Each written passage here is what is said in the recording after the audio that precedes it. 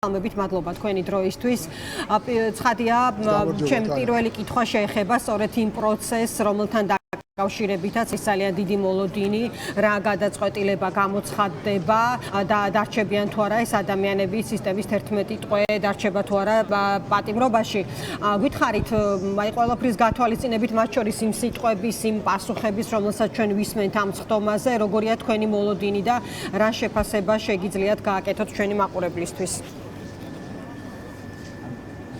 ანა, დღეს მოგეხსენებათ პროტესტის, მშვიდობიანი პროტესტის, გაგრძობადი პროტესტის 44 დღეა და ეს პროტესტი გრძელდება როგორც რუსთაველზე, ასევე საქართველოს სხვადასხვა კუთხეში, აქ საქალაქო სასამართლოსთან და გაგრძელდება კვლავ. და პროტესტის მთავარი მოთხოვნა მოგეხსენებათ, რომ არის ამ პოლიტპატიმრების გათავისუფლება დაუყოვნებლივ, რომლებიც არიან ივანიშვილის პირადი ტყვეები, პირადი პოლიტპატიმრები, ვინაიდან ამ ქვეყანაში შენობები კი გვაქვს სასამართლოსი, მაგრამ არ გვაქვს დამოუკიდებელი სასამართლო, არ გვაქვს ხელისუფლების სხვა დამოუკიდებელი შტოები, მიტაცებული გვაქვს არჩევნები და ეს ადამიანები აუცილებლად უნდა გათავისუფლდნენ, ვინაიდან ისინი დაკავებულები არიან უკანონოდ და ისინი იცავდნენ საქართველოს დემოკრატიას, ისინი იცავდნენ თავისუფალი არჩევნების უფლებას და შესაბამისად ყოველგვარი მტკიცებულებების გარეშე ისინი დააკავა ივანიშვილმა პირადად. მეორე მოთხოვნა მოგეხსენებათ ახალი არჩევნები და ეს ახალი არჩევნები არის ზუსტად გამოსავალი როგორც ივანიშვილისთვის, ასევე მთლიანად ქართული დემოკრატიისთვის და ამ დემოკრატიის გადარჩენისთვის. ასე რომ ჩვენს თანამოქალაქეებთან ერთად, ჩვენი პოლიტიკური ძალა, სხვა ჯანსაღ დასავლურ პოლიტიკურ ძალებთან ერთად გავაგრძელებთ ამ პროტესტს და ამ პროტესტს მივიყვანთ ბოლომდე, რითაც აუცილებლად გახდება იძულებული ივანიშვილი, რომ დანიშნოს ახალი არჩევნები. კი ბატონო, ბატონ ზაზა, თქვენ აი ამ პროცესზე მინდა ასევე რომ კითხოთ თქვენი მრავალწლიანი გამოცდილების გათვალისწინებითაც ასევე ჩვენ ვუსმინეთ უფლებადამცველებს, რომელთა საუბრის მთავარი ხაზი გადის იმაზე, რომ ჯგუფურობა ამ საქმეში ვერ დასტურდება, ეს ამძიმებს ცხადია განსაკუთრებით აი ამ ბრალდებას და პროცესი მიდის იმგვარად, რომ არის ბევრი კითხვის ნიშანი, ხომ? აი თქვენ თავად რა კითხვები გაქვთ ამ პროცესთან დაკავშირებით და ფიქრობთ თუ არა რომ ეს გადაწყვეტილება პოლიტიკური ელფერის მქონეა, იმიტომ რომ ასეთ საქმეებთან დაკავშირებით არსებული გამოცდილების გათვალისწინებით ცოტა რთულია ირწმუნო რომ რაღაცნაირად დამოუკიდებელ გადაწყვეტილებას მივიღებთ ჩვენ. აი ამაზე რისი თქმა შეგიძლიათ? ჩვენ როდესაც ვამბობთ, რომ ეს უკანონოდ დაკავებულები არიან პოლიტპატიმრები, ჩვენ ამაში გულისხმობთ იმას, რომ არანაირი მტკიცებულება ვიმეორებ, რომელიც მათ ბრალეულობას დაადასტურებდა, არ არსებობს და შესაბამისად ხაზგასმა იმაზე, რომ ეს დანაშაული ჩადენილი იყო ჯგუფურად, ესეც თავისთავად ეს გამოგონილია და კიდევ ერთხელ ვადასტურებ იმას, რომ ეს ადამიანები ყოველგვარი მტკიცებულებების გარეშე არიან ეხლა აქ ამ შენობაში მოყვანილნი და ისინი რომ ვთქვათ 5 წლით ან მეტით 10 წლით ციხეში იქნენ გამომწყვდეული, ეს იქნება პირადად ივანიშვილის გადაწყვეტილება. აქ მოსამართლის გადაწყვეტილებაზე ჩვენ არც უნდა ვიფიქროთ, რომ ის დამოუკიდებელი იქნება, თუმცა სასამართლო სისტემაში ჩვენ დასაბედნიეროდ არის შემორჩენილი ზოგიერთი მოსამართლე, რომლებმაც თავიანთი გადაწყვეტილებებით ძალიან სერიოზული კვალი დატოვეს ამ ბოლო თვეების განმავლობაში, თუნდაც იგივე საარჩევნო დავებთან დაკავშირებით. მე არ მაქვს ილუზია, რომ დღეს ეს მოსამართლე მიიღებს ისეთ გადაწყვეტილებას, რომელიც არ იქნება შეთანხმებული ამ გავლენის ჯგუფთან, რომელსაც ჩინჩალაძე მურუსიძე ქვია და შემდეგ რა თქმა უნდა ეს ჯგუფი ათანხმებს ივანიშვილთან, ასე რომ ჩვენ დამოკიდებული ვართ ახლა ივანიშვილის კეთილდებაზე, თუ რა გადაწყვეტილებას ხმოვანებს ეს სასამართლო. ბატონ ზაზა, თქვენ უყურებთ ამ გადაწყვეტილებას, როგორც ერთგვარ დემონსტრაციულ აქტს ივანიშვილისგან, ასე კითხავთ იმ თქვენი შეფასებიდან გამომდინარე, რომ თქვენ ნულოვანი მოლოდინი გაქვთ, რომ ეს გადაწყვეტილება პოლიტიკისგან დაცლილი იქნება.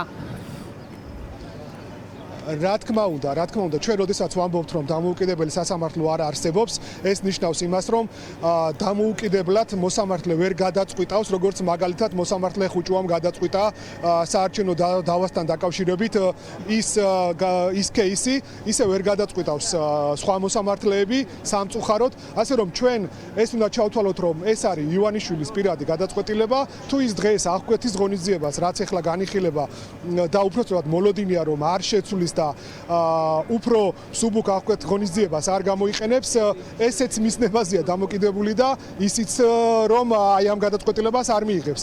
ასე რომ ჩვენ გვაქვს ერთგვარი წინასწარ გათამაშებული პროცესია, სადაც პროგნოზირებადი შედეგი უნდა ვნახოთ. რა თქმა უნდა და ეს პირდაპირ კორელაციაშია იმ სასანქციო რეჟიმთან, რაც ჩვენმა სტრატეგიულმა პარტნიორმა ამერიკის შეერთებულმა შტატებმა უკვე განახორციელა ივანიშვილის დასანქცირება და სხვა დასანქცირებული პირებიც ყავს მოგეხსენებათ.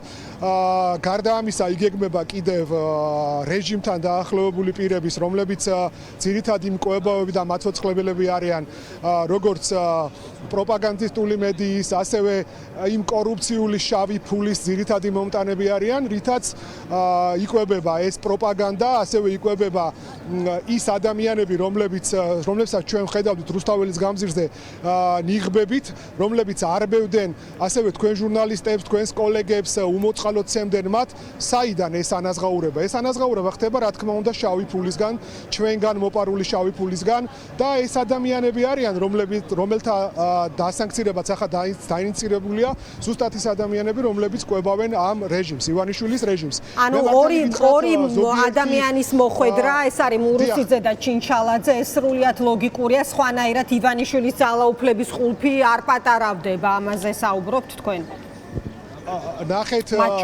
ნახეთ, აი ამას ვამბობდი ზუსტად. მარტო ჩინჩალაძე მურუსიძის მოხვედრა ამ სასანქციო სიაში მართალი გითხრა ჩემთვის გასაკვირია, იმიტომ რომ არიან იქ მართალია ესენი არიან თავში დგანან ამ დასასანქცირებელი პირებისა სასამართლო სისტემაში, რომლებიც იმსახურებენ, მაგრამ არიან ბევრი ადამიანები, რომლებიც იმსახურებენ სასანქციო სიაში მოხვედრას იმის გათვალისწინებით, რომ მათ გათელეს და ფეხქვეშ გათელეს უბრალოდ ადამიანის უფლებები და თავისუფლებები თავისუფალი სასამართლო და მე მართალი გითხრათ გამიკვირდა კიდე ზოგიერთის მოხვედრა ამ სიაში. ასევე მე ვიტყოდი, რომ გარდა ჩინჩალაძე მურუსიძისა, ბევრი ჩვენთვის საზოგადოებისთვის ცნობილი ადამიანი უნდა იყოს ამ სიაში, რომლებსაც არანაკლები წვლილი აქვს შეტანილი ქართული დემოკრატიის ჩამოშლაში, განადგურებაში და ამის ცდელობაში. ბატონ ზაზა და ბოლო კითხვა მინდა დაგისვა, თქვენ ისაუბრეთ იმის შესახებ, რომ ეს გადაწყვეტილებაა, რომლის გამოცხადებასაც ელოდება საზოგადოება, თქვენ სწორედ სასამართლოს ეზოდან გვერდთვებით იქნება ნებისმიერ შემთხვევაში დემონსტრაციული. შეიძლება თუ არა, რომ ეს იყოს ვითარების საღად შეფასების ჩვენება, მათ შორის კონკრეტულად ივანიშვილის მხრიდან, ისევე თქვენ გეყრდნობით, როდესაც საუბრობთ, რომ ეხლა პრაქტიკულად ივანიშვილი წარმართავს ამ პროცესს, იმდენად მაღალი არის მათ შორის აი ამ სისტემის ტყვეების პროცესის მნიშვნელობა და ისეთ მაღალ დონეზეა მიღებული ეს გადაწყვეტილება, რომ ეს ადამიანები ციხეში იყვნენ გამოკეტილები. ამაზე რისი თქმა შეგიძლიათ? დიახ, წეგან მე როდესაც ვახსენე კორელაციას მე ვგულისხმობ ამ უწყვეტი კონსტიტუციური მშვიდობიანი პროტესტის გაგრძელებას. დღეს 44 დღეა, ეს უნდა გაგრძელდეს მანამ, სანამ ივანიშვილი არ მივა იმ დასკვნამდე საბოლოოდ, რომ დანიშნოს ახალი არჩევნები და გაათავისუფლოს ეს უკანონოდ დაპატიმრებული პოლიტპატიმრები. და ამასთან არის ზუსტად კორელაციაში ის სასანქციო სიაც ჩვენი პარტნიორები, როგორც ამერიკის შეერთებულ შტატებში, ასევე ევროკავშირში, ისინი გეგმაზომიერად მიყვებიან ყველა ნაბიჯს და აუცილებლად მოუწევს ივანიშვილს ზუსტად ამ სასანქციო პირობებში გაგრძელებული პროტესტის ფონზე მიიღოს ის გადაწყვეტილება, რითაც ეს პოლიტპატიმრების გათავისუფლებიან და დანარჩენების გათავისუფლებიან და საქართველოს აუცილებლად მოიპოვებს თავისუფალ არჩევნების უფლებას და ეს გარდაუვალია. კი ბატონო, დიდი მადლობა ბატონ ზაზა. თქვენს უკან ხედავ პოლიცია საკმაოდ დიდი რაოდენობით არის მობილიზებული თბილისის საქალაქო სასამართლოს კიბესთან. ეს შეიძლება გარკვეული ნიშანი იყოს, არ ვიცი თქვენთვის რისი ნიშანია წლების გამოცდილებით. ვნახოთ რა გადაწყვეტილებას მიიღებს მოსამართლე.